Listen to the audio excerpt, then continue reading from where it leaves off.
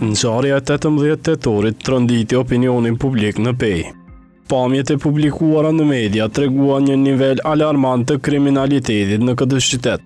Në to shihej një person i armatosur me 2 kalashnikov që sulmonte një vetur në të cilën ndodheshin 3 persona.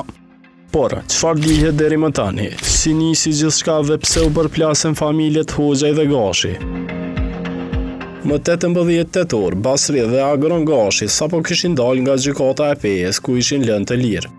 Ata me vetur kishte ardhur se t'i merrte Alfred Ukaj. Teksa po largoheshin me vetur nga objekti i gjykatës, Mahmut Hoxhaj, i armatosur me një kalashnikov, hapi zjarr në drejtim të tyre.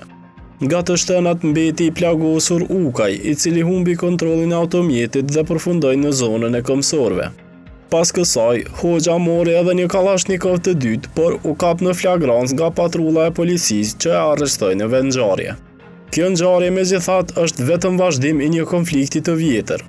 Në vitin 2022, në fshatin Vëlljak të Klinës mbeti i vrarë F.H. vëllai Mahmut Hoxhajt. Sipas organit të akuzës atëherë, të pandehurit Nderim, Basri, Agron, Ardit dhe Bahri Gashi kishin organizuar një prit ndaj Mahmut Hoxhajt. Pas një zënke në afërsi të një restoranti, përleshja përshkallëzoi në dhunë fizike dhe përdorim armësh. Viktima F.H. ndërhyri për ta ndalur sulmin, por u qëllua me armë nga Nderim Gashi, me një plumb që ja mori jetën në vend. Nga ajo çka kishin thënë vëllezërit Gashi gjatë hetimeve, bëhej fjalë për një hakmarrje për një borxh prej vetëm 300 eurosh që kishte ndodhur në Brescia të Italisë, ku 3 vëllezër të familjes Hoxha kishin rrahur një antar të familjes Gashi.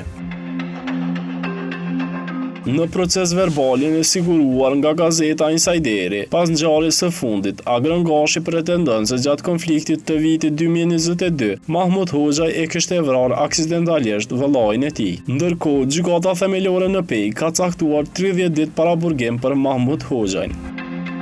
Seanca është mbajtur në spitalin e përgjithshëm të Pejës për shkak të gjendjes së rënduar të dyshuarit. Sipas dosjes së prokurorisë, Hoxhaj figuron i përfshirë në 43 raste penale, prej të cilave 25 janë klasifikuar si raste të ndryshme.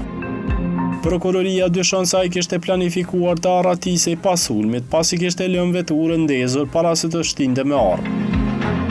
Avokati të dyshuarit, Fanel Krasniqi, tha para gjykatës se klienti i tij ndodhet në një gjendje të rënduar psikologjike. Sipas tij, Mahmuti është vrarë jo fizikisht, por në zemër nga padrejtësitë që, siç pretendon, i ka përjetuar prej vitit 2022.